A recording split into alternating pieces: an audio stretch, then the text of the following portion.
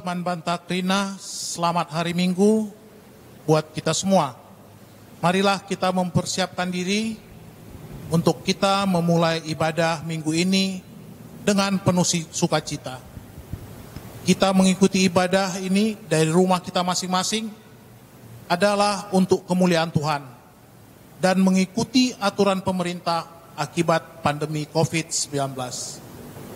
Kepada seluruh jemaat, diminta untuk dapat menonaktifkan handphone dan gadgetnya, sehingga ibadah ini dapat berjalan dengan baik dan penuh hikmat oleh karena kemurahan Tuhan.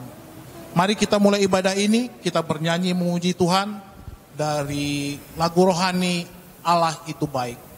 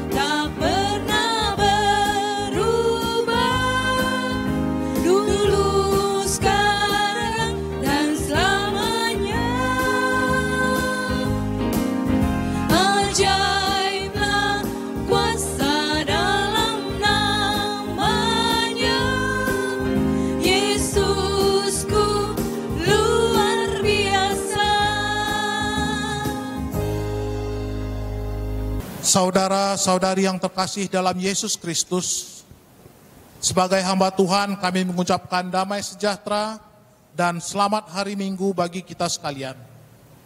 Untuk mengawali ibadah ini, mari kita dengarkan warta jemaat tentang perjalanan gereja dan rencana pelayanan ke depan.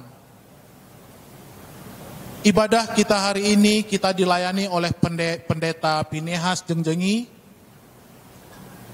Kemudian kami juga majelis mengucapkan selamat ulang tahun untuk saudara kekasih kami yang berulang tahun pada tanggal 22 sampai 28 Juni. Begitu juga dengan saudara kekasih kami yang berulang tahun perkawinan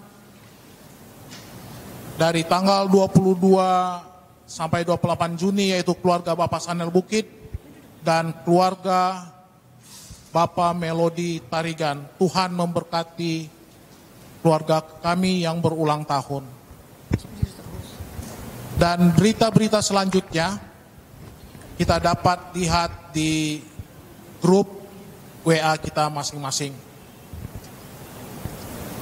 Saudara-saudara yang dikasihi oleh Tuhan Yesus, kita bersyukur karena sampai saat ini kita masih disertai Tuhan, sehingga kita boleh bertemu dalam ibadah ini. Minggu ini kita memasuki minggu pendidikan, sesuai dengan kalender GBKP. Dan hal ini dilakukan sebab Allah menginginkan agar anak-anaknya pintar dengan mendapatkan pendidikan yang benar, baik secara formal maupun non-formal. Pendidikan tersebut menolong kita untuk memikirkan dan menjalani kehidupan ini dengan baik. Oleh karena itu, mari kita persiapkan hati dan pikiran kita dengan penuh ketenangan dan merasakan Allah hadir di tengah-tengah kita.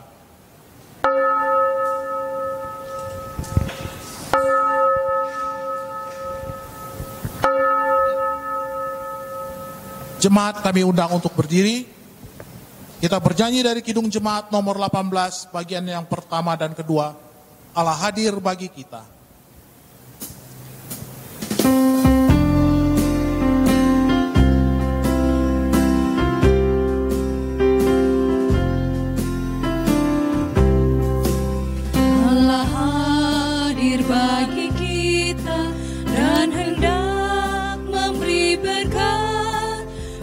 limpahkan kuasa Roh-Nya bagai hujan yang lebat.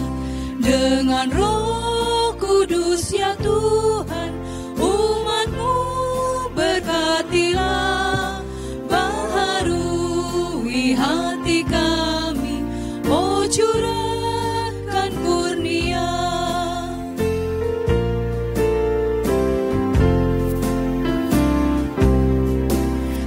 Allah hadir, sungguh hadir di jemaat yang kudus. Oleh kasih karunia-Nya biar kita ditebus. Dengan Roh Kudus ya Tuhan, umat-Mu berkatilah, baharui hati kami, oh curahkan kurnia.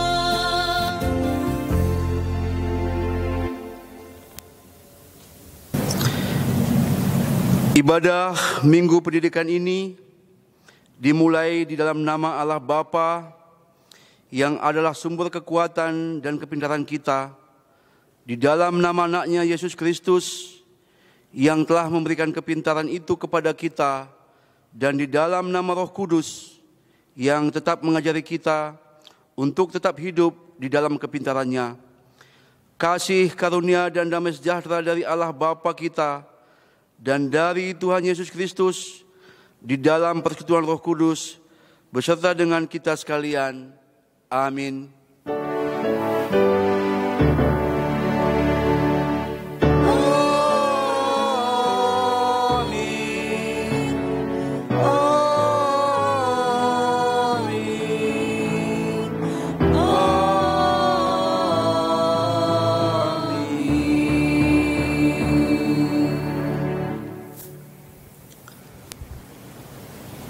Ketika Yesus melihat orang banyak itu, naiklah ia ke atas bukit, dan setelah ia duduk, datanglah murid-muridnya kepadanya. Maka Yesus pun mulai berbicara dan mengajar mereka. Matius 5 ayat 1 dan 2. Marilah kita memuji Tuhan atas firman-Nya melalui nyanyian KEE 249 bait 1, Ajar aku, oh Tuhanku.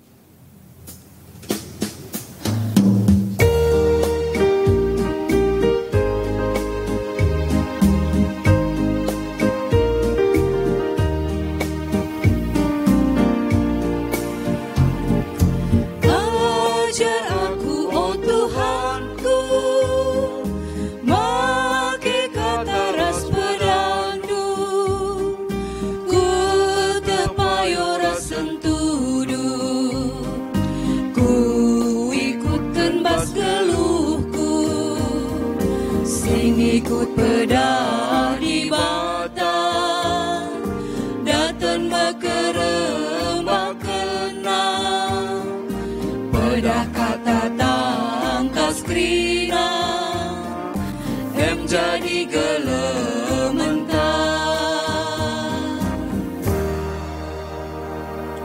Kepada jemaat dipersilakan untuk duduk.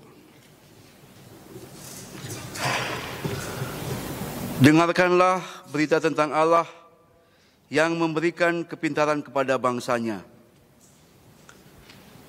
Saudara-saudara yang dikasihi Tuhan Yesus, Allah lah sumber kepintaran di dalam dunia ini.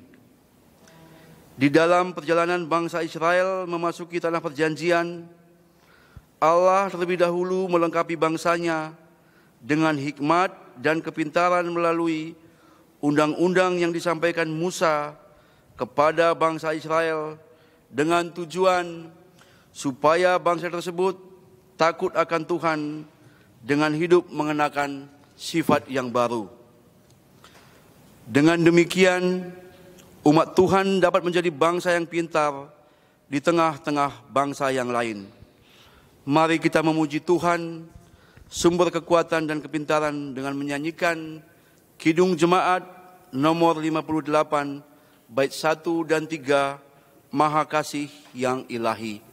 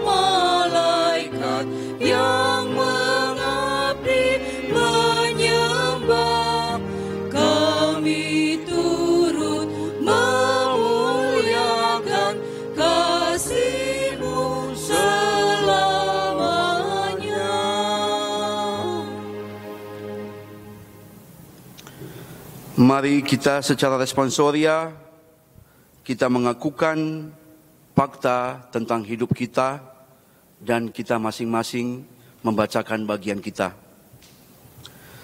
Tuhan memberikan kepintaran kepada manusia supaya mampu mengaturkan kehidupan yang semakin lebih baik, baik dalam pikiran maupun perbuatan. Yang menjadi tanggung jawab kita adalah hidup berdasarkan kepintaran Allah dengan memperlihatkannya di dalam keluarga kita. Kami mengaku Tuhan, bahwa sering kami tidak menggunakan kekuatan dan kepintaran-Mu di dalam mendidik anak dan cucu kami. Kami mempedomani keinginan-keinginan kami saja, sehingga akhirnya anak kami sudah terikat di dalam keterbatasan kami. Hasil pengajaran kami tersebut akhirnya menambah penderitaan kami. Tuhan, kami mengaku bahwa kami kurang setia hidup di dalam kepintaran-Mu, sehingga kami tidak mampu mengajarkan dan memperlihatkan kepintaran-Mu di dalam keluarga kami.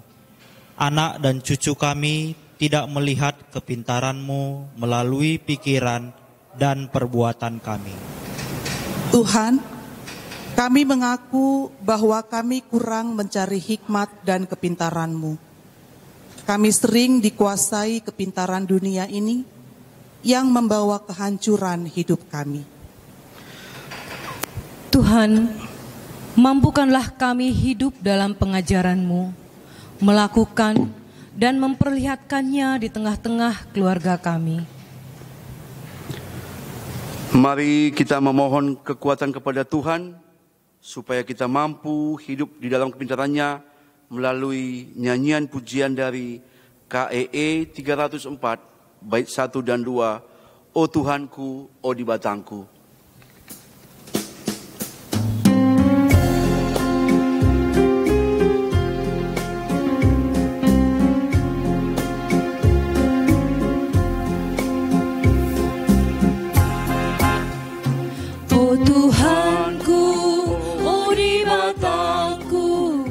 Rusur aku nimba pedahmu, Engkau meluat krina geluhku, labo dame bana pusuku.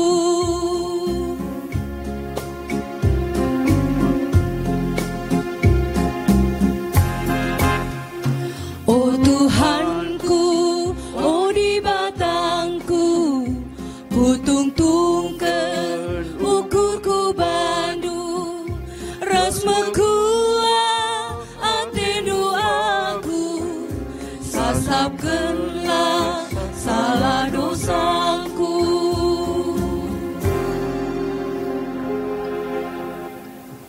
Kepada jemaat diminta untuk berdiri. Kita mendengarkan firman Tuhan yang menguatkan manusia di dalam menggunakan kepintarannya. Allah kita adalah Allah yang penuh rahmat dan kasih. Di dalam Ulangan 6 ayat 18a dikatakan, haruslah engkau melakukan apa yang benar dan baik di mata Tuhan, supaya baik keadaanmu. Amin. Kita bersyukur di dalam kasih Tuhan. Mari kita memuji Tuhan dari nyanyian pujian kita KEE 204 bait 1, kata Nidibata.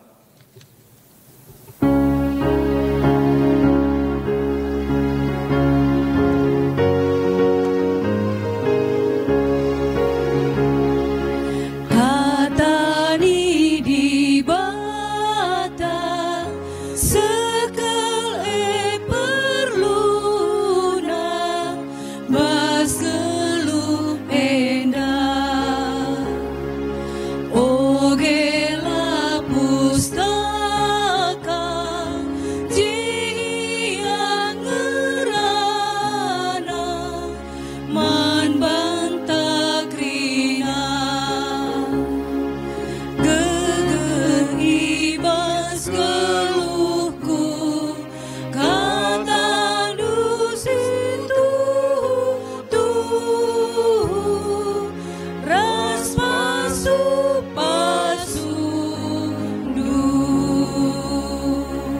Jemaat dipersilakan duduk.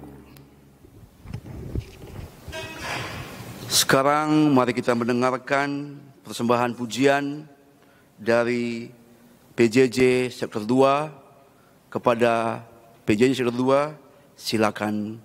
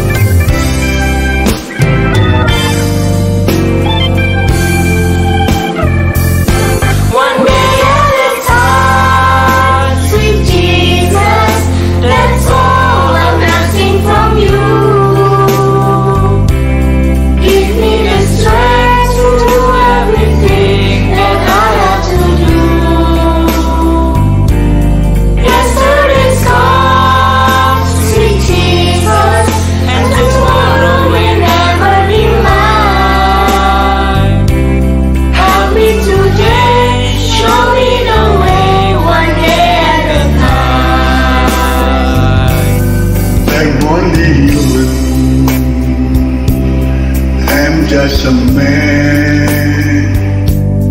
Help me believe in what I could be and all that I am.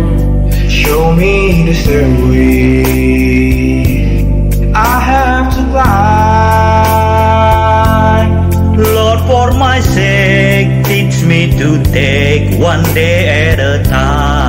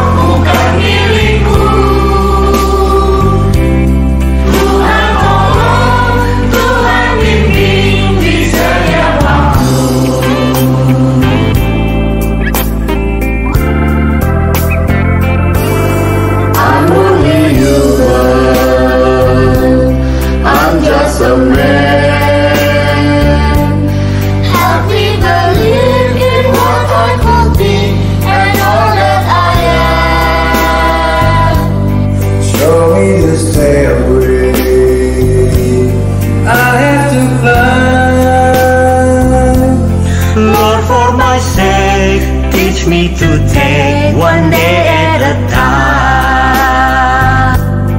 I'm only human, I'm just a man, having believed in what I could be and all that I am. Show me the stairway I had to climb. Teach me to take one day at a time. I'm only human, I'm just a man, having believed in what I could be and all that I am. Show me the stairway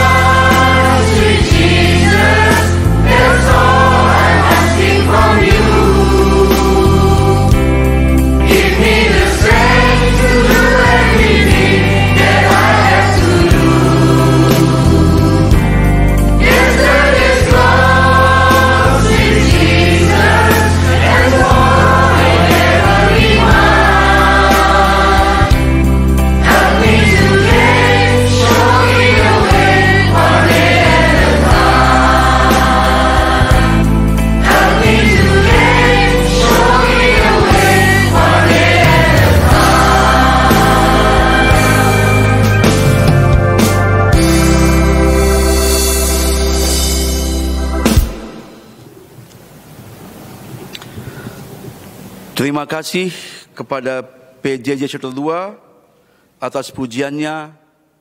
Semoga nama Tuhan dipermuliakan.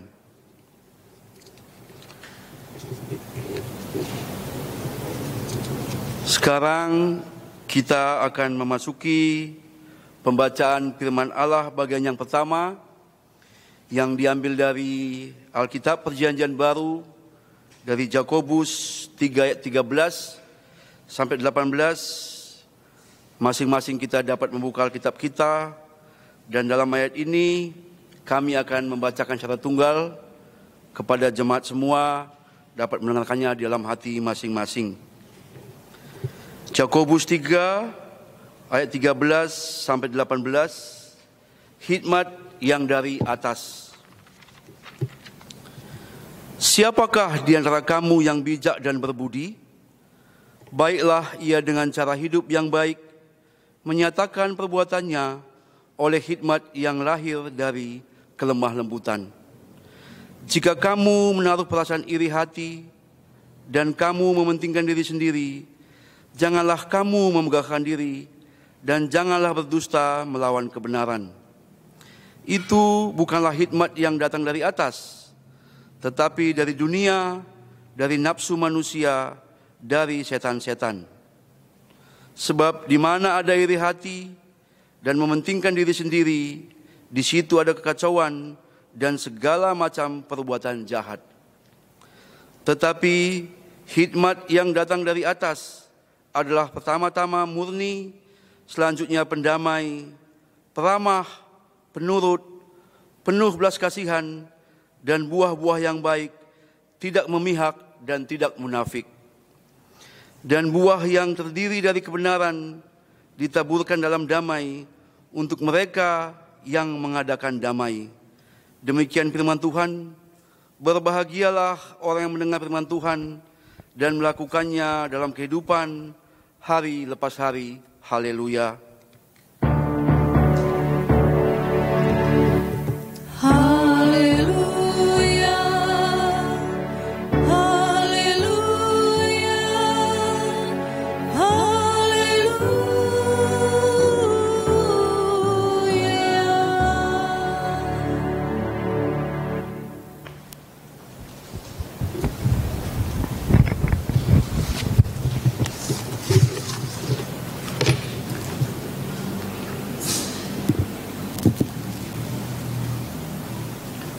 Jemaat yang dikasihi Tuhan, sebelum kita membaca dan merenungkan firman Tuhan, mari kita mohon bimbingan Roh Kudus, kita berdoa.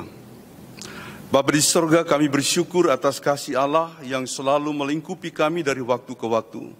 Kami boleh merasakan pertolongan dan keselamatan-Mu dalam segala dimensi kehidupan kami, terutama ketika kami harus berperang, melawan dan mengalahkan wabah COVID yang terus mengitari kami sampai pada hari ini. Kami akan membaca firman-Mu sebagai cahaya, sebagai kekuatan di tengah-tengah keadaan kami. Kami percaya dengan firman-Mu kami akan diberikan kemampuan untuk melewati masa-masa yang berat ini. Tuhan, tolonglah kami.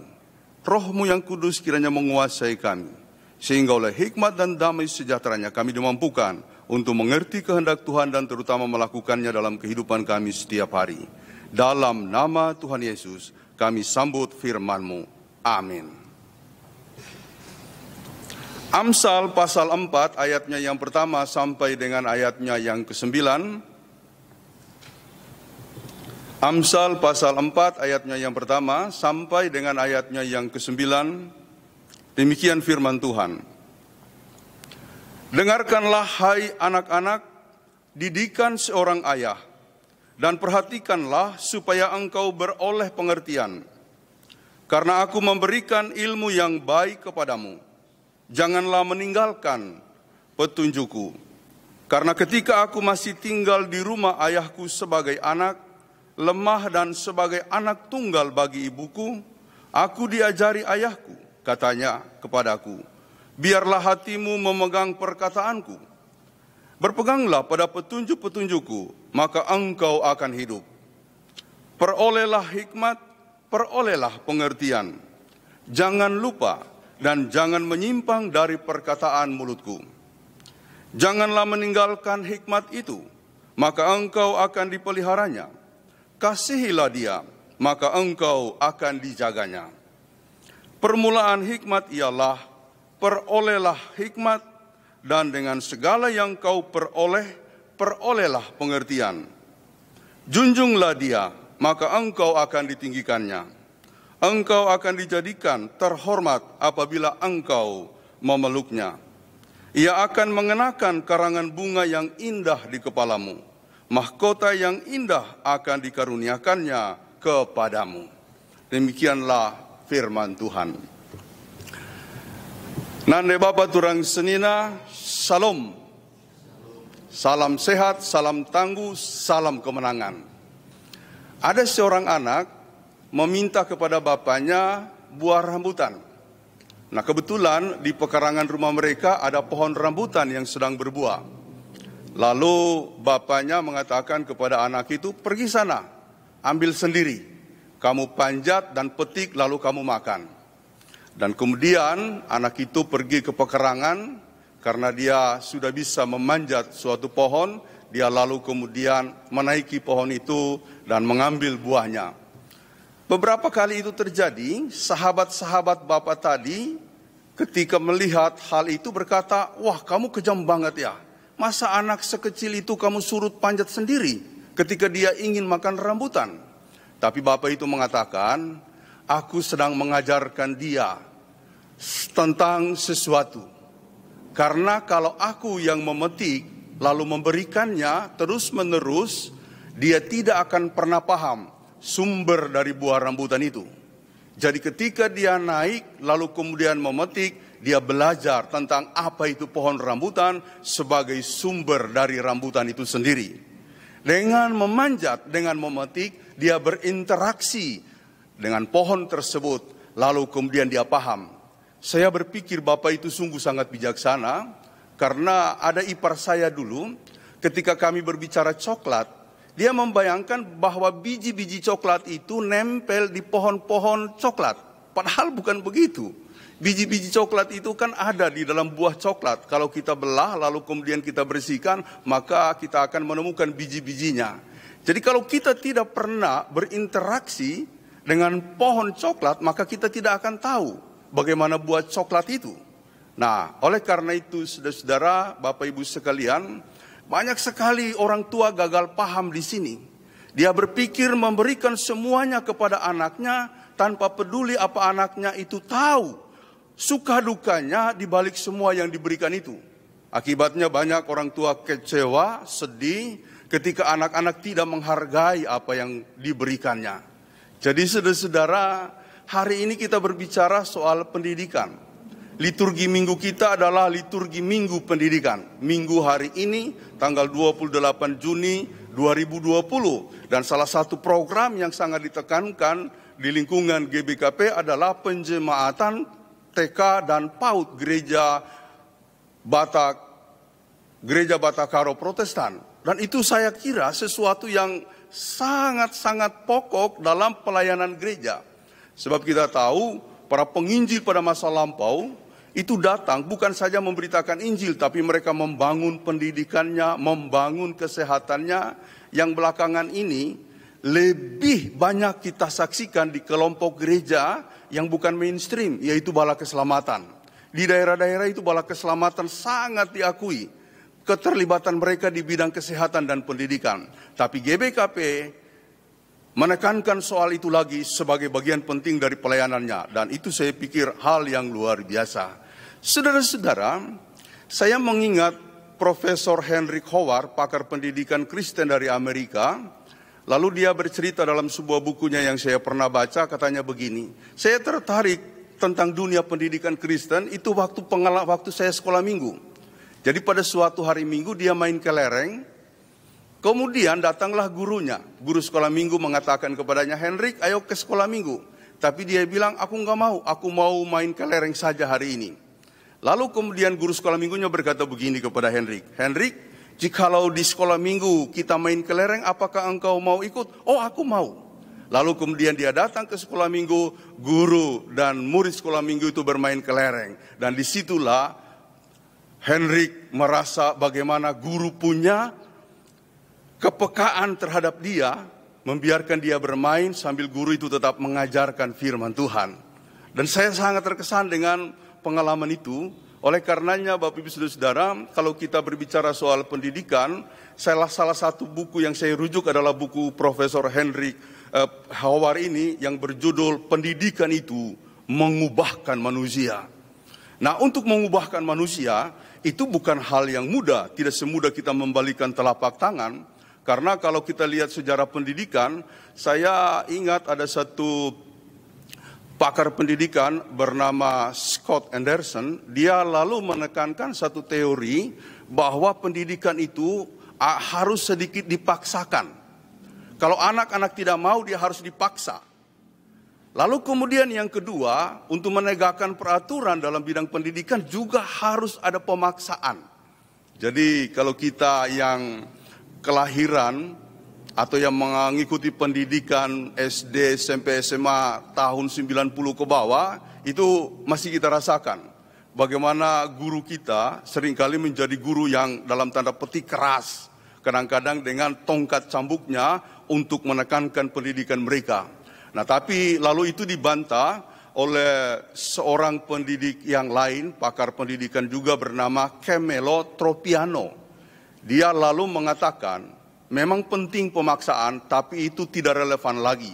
Sebab pendidikan itu harus menjadi ajang pembebasan manusia. Dan itulah yang kita ikuti sampai hari ini. Ada pakar pendidikan lain yang juga saya suka mengikuti bukunya, tetapi tidak perlu lagi kita rujuk, yaitu Paulo Freire. Dia mengatakan bahwa guru itu adalah bank. Makanya dia memunculkan sebuah teori pendidikan yang disebut model banking education. Jadi pendidikan model bank. Jadi guru itu bagaikan tabungan, lalu kemudian murid-murid orang yang datang menerima tabungan. Kelihatannya itu menarik, tetapi sesungguhnya setelah saya pelajari rupanya ada konsekuensi dari sistem ini. Guru aktif, murid pasif. Lalu lalu kemudian yang menekankan teori pendidikan pembebasan tadi, yaitu Camillo Tropiano menolak. Sebab bagi dia pendidikan itu harus merupakan jalan pembebasan. Dan saya setuju. Saya setuju untuk kita mengembangkan hal itu, apalagi dalam periode kita masa kini, pendidikan itu tidak lagi menekankan satu bidang tertentu saja. Dia sudah multi intelligence. Jadi semua kajian sudah diarahkan untuk membangun bakat murid-murid. Jadi bukan cuma kemampuan di bidang IPA atau matematika yang dari dulu sangat digandrungi orang, tapi untuk semuanya termasuk agama dan sastra atau seni. Itu juga merupakan poin penting bagi dunia masa kini, dunia yang harus dikembangkan pada masa kini. Jadi itu beberapa aspek yang boleh saya bagikan dalam kaitan dengan pendidikan. Namun kalau bicara pendidikan, saudara-saudara, saya ingin menyatakan bahwa Kristus adalah sosok pendidik yang luar biasa bagi kita. Nah, sebelum saya masuk pada topik itu, saya ingat di Indonesia, walaupun dia tidak sekaliber pakar-pakar pendidik yang saya sebut dalam ranah internasional, tetapi juga cukup penting, yaitu Ki Hajar Dewantara atau Ki Hajar Dewantoro, yang melahirkan prinsip pendidikan yang pertama adalah Ing Ngarso Sung Tolodo, yang kedua Ing Madya Mangunkarso, yang ketiga Tuturi Handayani. Tapi yang populer di kalangan kita itu Tuturi Handayani. Sebenarnya kalau kita ikuti tahap-tahap prinsip tadi dari yang pertama, Ing Ngarso Sung Tolodo, itu adalah bagaimana seseorang menjadi contoh di depan, menjadi teladan. Guru itu teladan, sehingga murid-muridnya mengikuti apa yang diteladankan atau ditunjukkan oleh gurunya.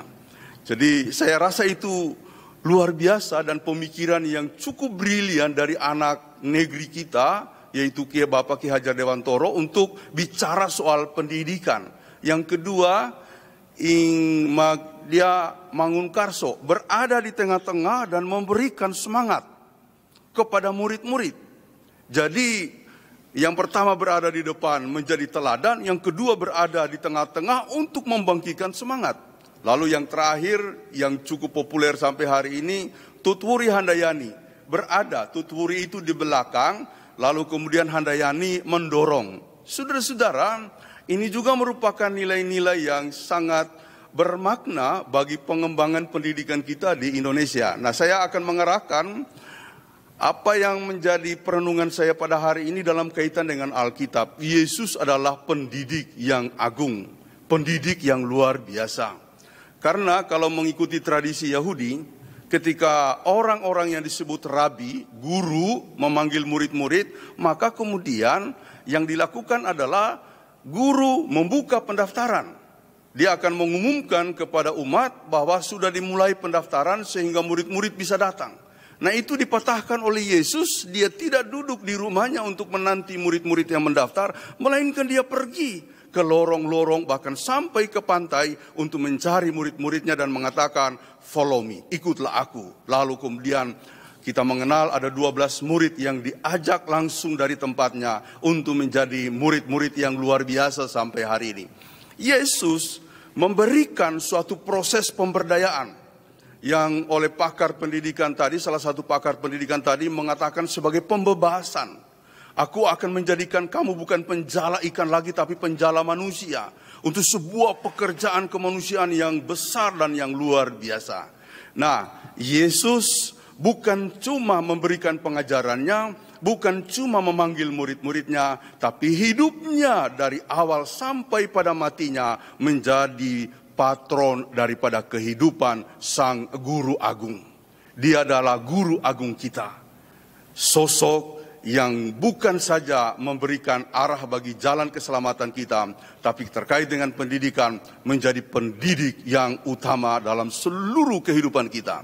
Nah, dengan demikian, maka gereja-gereja, terutama jemaat GBKP dimanapun, akan mengembangkan pendidikan, walaupun kita tetap merujuk pada teori-teori pendidikan masa kini, tapi yang terutama adalah dari Alkitab.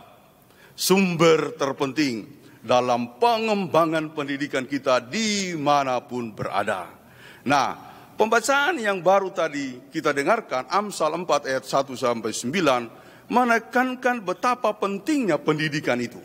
Dia mulai dengan kata-kata, "Dengarkanlah hai anak-anak, didikan ayahmu." Jadi, dan perhatikanlah supaya engkau beroleh pengertian. Masa itu adalah masa-masa di mana orang tua lalu kemudian digembleng oleh hamba-hamba Tuhan, termasuk oleh nabi-nabi, untuk menjadi sosok yang utama dalam menerapkan prinsip-prinsip pengajaran dari Tuhan. Lalu mereka kemudian memerankan posisi mereka sebagai pendidik yang penting dalam keluarga. Hikmat datang, lalu kemudian memberitahu supaya anak-anak dengarkanlah didikan orang tuamu dan perhatikanlah apa yang mereka ajarkan supaya engkau mengerti. Saya tidak bisa membayangkan kalau kita tidak punya prinsip-prinsip pengajaran pendidikan yang berbasis Alkitab, barangkali kita akan mengalami kemunduran. Memang saya tahu banyak kelompok, banyak umat beragama juga mengembangkan pendidikan, tapi saya punya catatan, pengajaran Alkitab adalah pengajaran yang sungguh sangat fleksibel, lalu kemudian memberikan ruang yang sangat terbuka bagi siapapun. Dan tidak ada lagi kotak-kotak dalam pelayanan kita, dalam pendidikan kita. Sebab Yesus sudah membereskan sekat-sekat yang ada soal laki-laki dan perempuan, kita udah disamaratakan.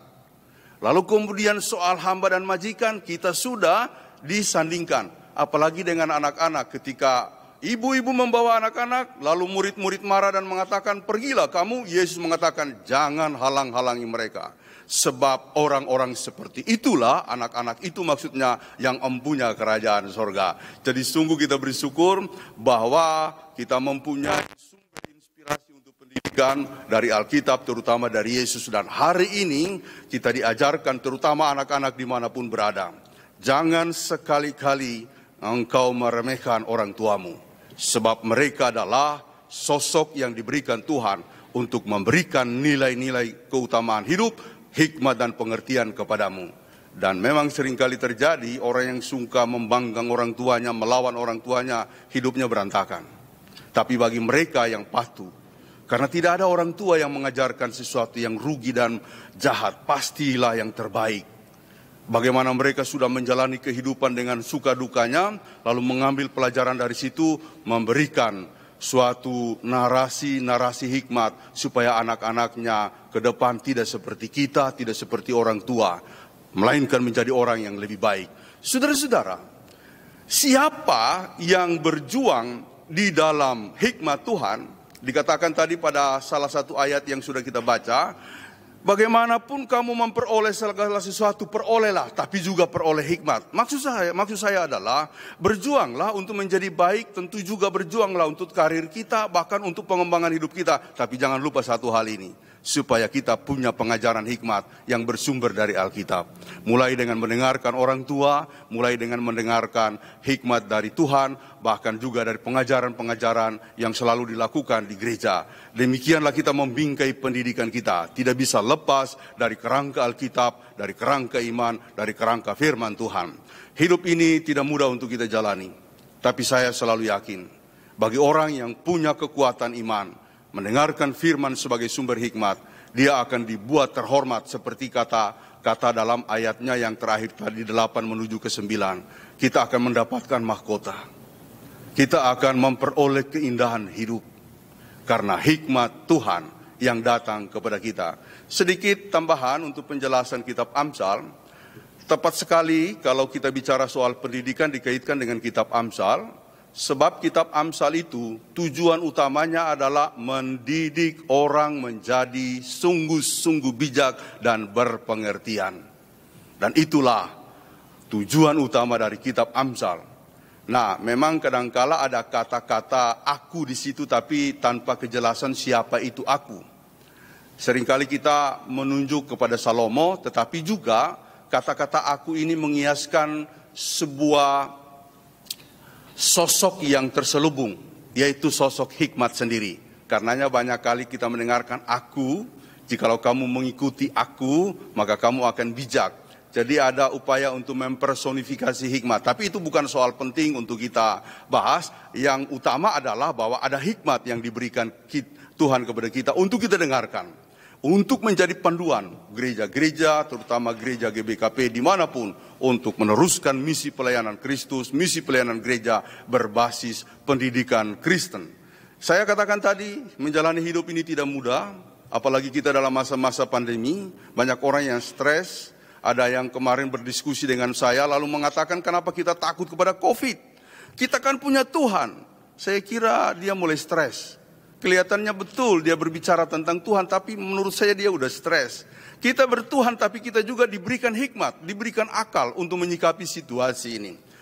Khusus mengenai hidup yang berkelanjutan. Tetap fokus, jangan menyerah.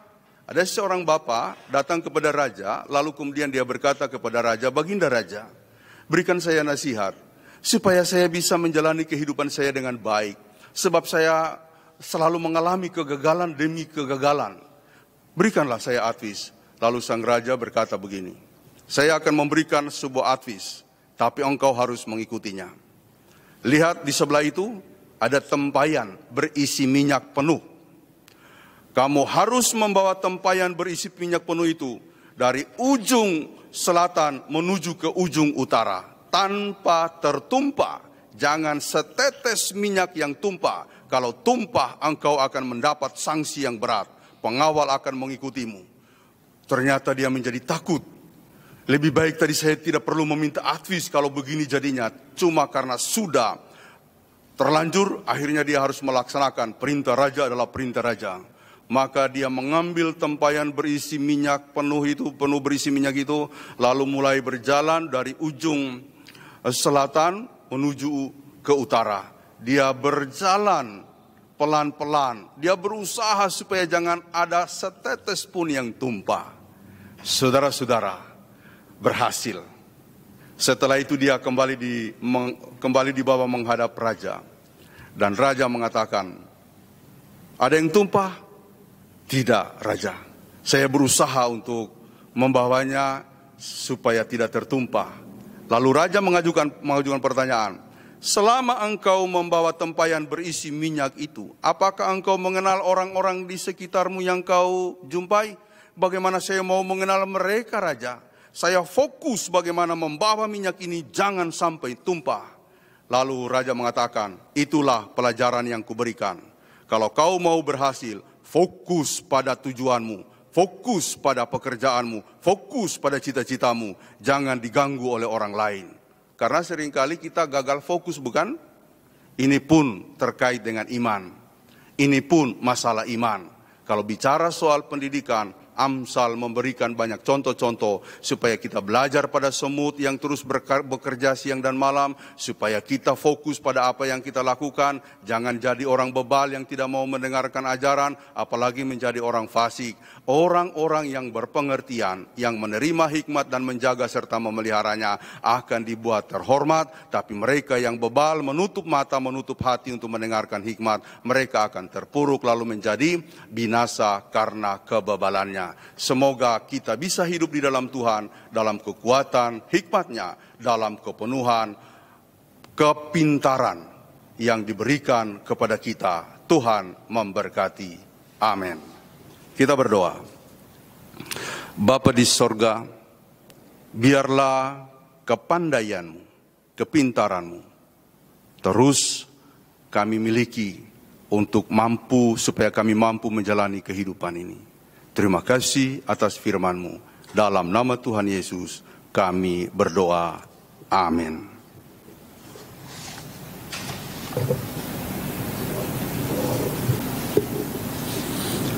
Jemaat yang dikasihi oleh Tuhan, marilah kita bangkit berdiri.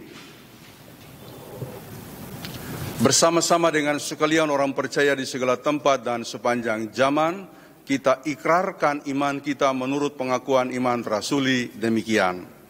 Aku percaya kepada Allah, Bapa yang Maha Kuasa, Khalik langit dan bumi, dan kepada Yesus Kristus, anaknya yang tunggal Tuhan kita, yang dikandung daripada Roh Kudus, lahir dari anak darah Maria, yang menderita di bawah pemerintahan Pontius Pilatus, disalibkan, mati dan dikuburkan, turun ke dalam kerajaan maut. Pada hari yang ketiga, bangkit pula dari antara orang mati, naik ke sorga, duduk di sebelah kanan Allah, Bapa yang Maha Kuasa, dan akan datang dari sana untuk menghakimi orang yang hidup dan yang mati. Aku percaya kepada Roh Kudus, gereja yang kudus dan am, persekutuan orang kudus, pengampunan dosa, kebangkitan daging, dan hidup yang kekal. Silakan duduk kembali.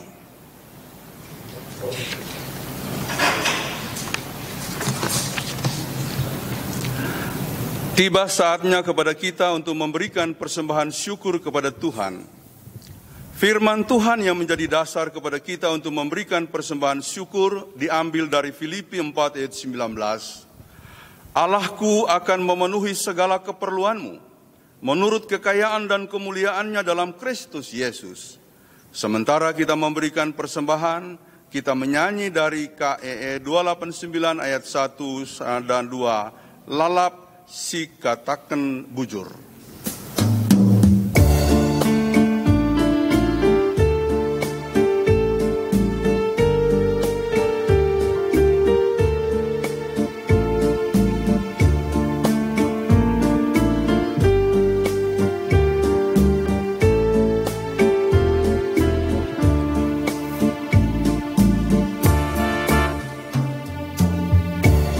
Lalap si katakan bujur, beritakan kemuliaan-Nya, belin pemerintah bantah, puji gelarna, dibatal kap ciling gementang, malam ateta, dibatal benala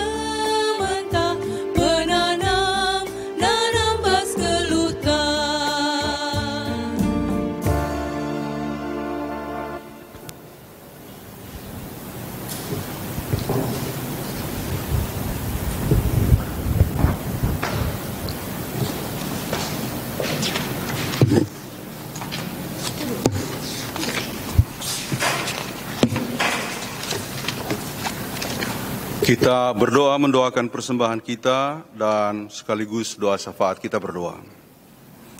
Bapa di sorga, hati kami bersyukur untuk penyertaan Tuhan yang begitu besar dalam kehidupan kami setiap hari.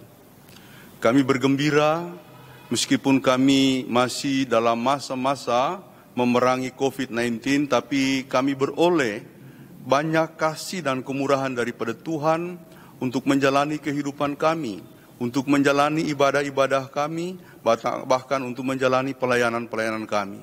Terima kasih untuk penyertaan Tuhan dalam setiap ibadah-ibadah yang dilakukan secara online.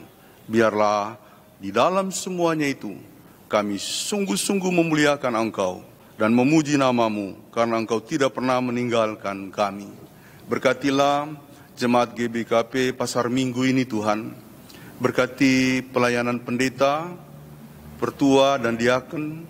Berkati seluruh pelayanan-pelayanan yang dilakukan oleh setiap orang yang telah menerima tugas kudus di pundak mereka untuk mengembangkan pelayanan gereja ini. Kiranya Tuhan memberkati mereka bersama-sama dengan keluarganya. Kami memohon Tuhan berkatilah seluruh warga jemaat GBKP Pasar Minggu dimanapun berada. Jikalau kami harus terpisah karena kondisi yang sedang kami jalani ini, tapi kami percaya Engkau selalu menghimpun kami lewat hubungan-hubungan yang kokoh kuat, dan biarlah ibadah-ibadah virtual ini juga menjadi jalan rahmat supaya kami dipersekutukan meski kami harus beribadah di rumah-rumah. Karena itu, semua yang beribadah di rumah-rumah saat ini, Tuhan tolonglah dan berkatilah mereka. Berikan kekuatan dan kepulihan-Mu, bahkan pertolongan-Mu kepada mereka. Kami berdoa pada saat ini untuk saudara-saudara kami yang berulang tahun dari tanggal 22 sampai tanggal 28 Juni 2020. Elizabeth Sitepu Nandenia tanggal 22 Juni, Dipa Demosta Sitepu tanggal 22 Juni, Raditya Wardana Tarigan Bapak Diara tanggal 22 Juni, Yuda Romel Tarigan tanggal 23 Juni, Ralph Andre Nathaniel Bangun tanggal 23 Juni, Hana Kristina Ginting tanggal 25 Juni, Erwinta Tarigan Bapak Ica tanggal 26 Juni, Sri Ranita Rasita Singarimbun Nande Kaila tanggal 27 Juni. Bapa, waktu-waktu hidup kami dan umur-umur yang datang dalam kehidupan kami, Tuhanlah yang memberikannya. Kami bersyukur atas mereka semua yang menerima hal itu dan memohon kepadamu, berkatilah, tuntunlah, dan kiranya mereka makin berhikmat ketika usia ditambahkan dalam kehidupan mereka. Kami juga mendoakan keluarga-keluarga yang merayakan ulang tahun pernikahan, keluarga Bapak Sahanele Bukit tanggal 25 Juni, keluarga Bapak Melodi Tarigan tanggal 28 Juni. Kasih karunia Allah menyertai keluarga-keluarga ini, sehingga mereka oleh tuntunan Tuhan yang selalu dirasakan akan makin mengembangkan kehidupan kasih yang nyata di tengah-tengah persekutuan keluarga mereka. Bapa di sorga, kami mendoakan kegiatan-kegiatan PA kategorial, kami mendoakan PJJ atau kebaktian keluarga, kami memohon kepadamu supaya semuanya ini boleh tetap berlangsung, walaupun dalam jarak yang terpisah atau kondisi yang terbatas, tapi pelayanan-pelayanan yang diwujudkan akan terus menambah kekuatan iman kepada semua anggotanya, sehingga kami terus berserah sebagai satu kelompok yang kokoh kuat, bukan karena hal-hal lahiriah, melainkan karena hati yang dipenuhi dengan iman percaya kepadamu. Berikanlah kesehatan kepada kami, Bapa, kepada semua jemaat kami, kepada semua saudara-saudara kami, kepada keluarga-keluarga kami yang jauh maupun dekat. Kiranya oleh kesehatan yang daripada Tuhan, kami dapat meneruskan kehidupan kami dengan penuh kemampuan, bahkan tetap berkinerja di bidang pekerjaan kami masing-masing, karena Tuhan beserta dengan kami. Bapa, Kami mensyukuri ibadah-ibadah yang terus berlangsung sampai pada hari ini, yang dilakukan secara daring. Pada minggu depan, tanggal 5 Juli, kami akan mengembangkan pelayanan dalam bentuk virtual seperti ini menjadi live streaming. Tuhan, berkatilah semua pelayan, semua orang yang terlibat untuk membantu menggerakkan dan menangani alat-alat, sehingga pelaksanaan ibadah live streaming yang akan dimulaikan tanggal 5 Juli mendatang akan dapat dijalankan dengan sebaik-baiknya. Kami mendoakan pelaksanaan ibadah minggu persepuluhan yang juga berlangsung pada tanggal 5 Juli mendatang. Tuhan memberkati seluruh warga jemaat. Biarlah kami benar-benar datang dengan rasa syukur untuk memberikan persembahan persepuluhan kami, karena kami percaya Engkau tidak pernah berhenti memberkati kami dalam kehidupan ini.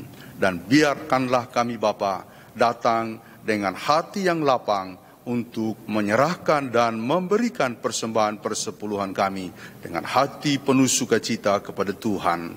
Ya Bapa di sorga, kehidupan kami yang luas sebagai bangsa dan negara kami pertaruhkan dalam tangan-Mu.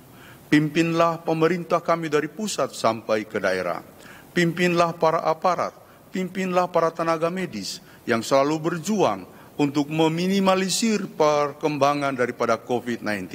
Sehingga pada suatu waktu nanti kami benar-benar tiba pada kondisi yang aman, bebas dari virus yang mematikan ini. Tuhan, kepadamu-lah kami berserah untuk kehidupan kami sebagai masyarakat dimanapun kami berada. Tuhan menolong kami dalam keragamannya. Tuhan menjadikan kami tetap satu sebagai sesama di dalam lingkupan kehidupan kami sebagai masyarakat Indonesia. Hidup kami hari ini Tuhan, kami pertaruhkan dalam tangan-Mu. Engkaulah sumber kekuatan kami bagi yang mengalami pergumulan, bagi yang mengalami keadaan sakit, bagi yang mengalami segala sesuatu yang berat. Biarkanlah firman hari ini sungguh-sungguh menopang kami untuk melihat bahwa tangan Tuhan selalu bekerja kepada setiap orang.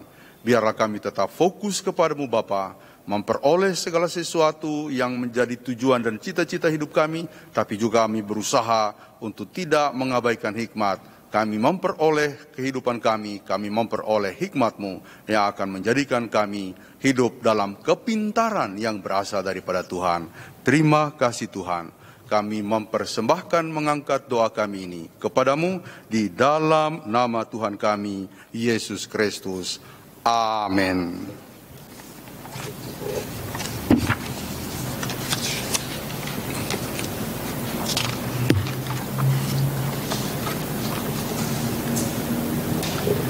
Saudara-saudara, marilah kita bangkit berdiri. Saudara-saudara yang dikasihi Tuhan, kita sudah menerima kepintaran dari Allah supaya kita pergunakan dalam kehidupan kita, serta mengajarkannya kepada anak-anak dan cucu kita. Apakah jawabanmu? Tuhan, kami berjanji untuk tetap hidup dalam kepintaran-Mu yang menjadi kekuatan kami, mengajarkannya kepada anak dan cucu kami.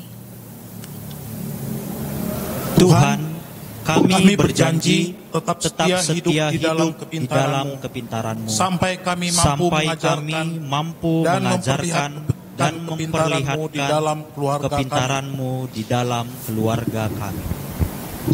Tuhan, kami berjanji menerima pengajaran berdasarkan kepintaran-Mu. Dalam meneguhkan tekad kita bersama Allah, mari kita bernyanyi melalui KEE 286 ayat 1 dan 2, Ku ikutkan me dalandu.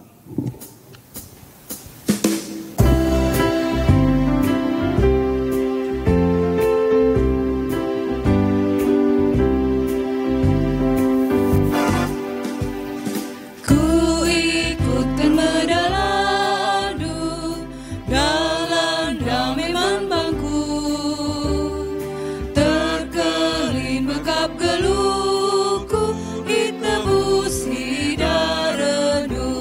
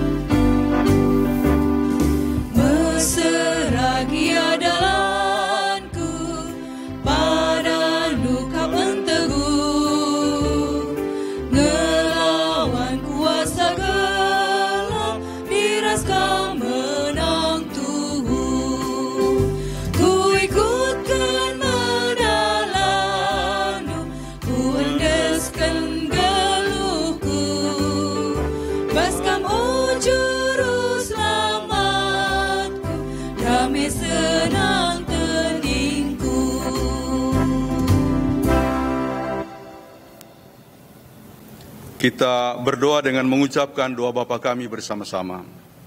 Bapa kami yang di sorga, dikuduskanlah namamu, datanglah kerajaanmu, jadilah kehendakmu di bumi seperti di sorga. Berikanlah kami pada hari ini makanan kami yang secukupnya, dan ampunilah kami akan kesalahan kami, seperti kami juga mengampuni orang yang bersalah kepada kami. Dan janganlah membawa kami ke dalam pencobaan, tetapi lepaskanlah kami daripada yang jahat, karena Engkaulah yang mempunyai kerajaan, dan kuasa, dan kemuliaan sampai selama-lamanya. Amin. Saudara-saudari yang dikasihi Tuhan, jalanilah kehidupanmu dengan kepintaran Allah, dan untuk menguatkan kamu dalam menggunakan dan mengajarkan kepintaran Allah tersebut, terimalah berkat dari Allah kita. Allah sumber segala kasih karunia, yang telah memanggil kamu dalam Kristus, kepada kemuliaannya yang kekal, akan melengkapi, meneguhkan, menguatkan, dan mengokohkan kamu semuanya. Dialah yang mempunyai kuasa sampai selama-lamanya. Amin.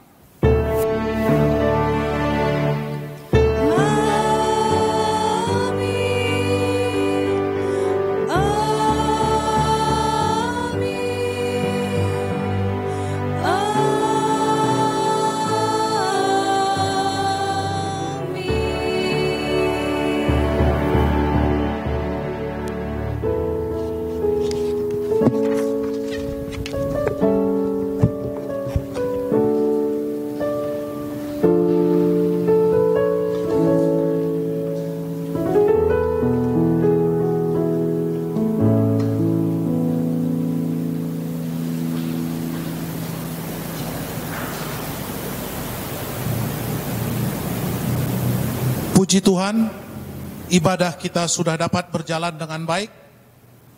Mari kita naikkan syukur kita dan kita melakukan saat teduh untuk Tuhan. Saat teduh dimulai.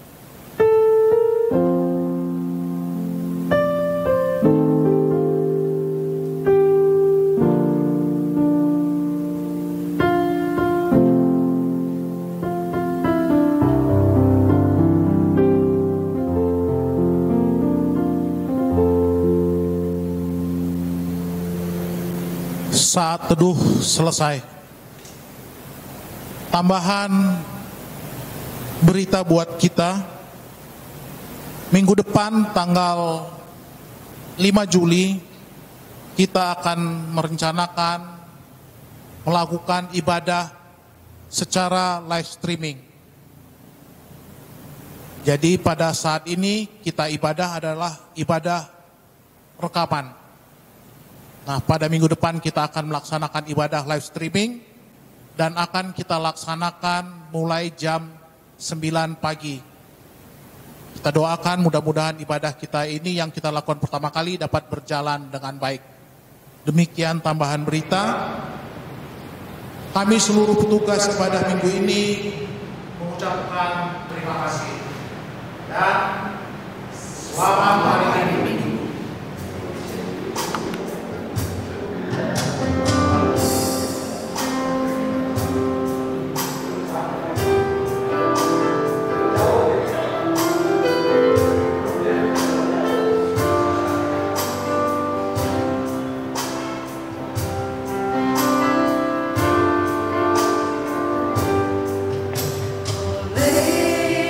Karena kamu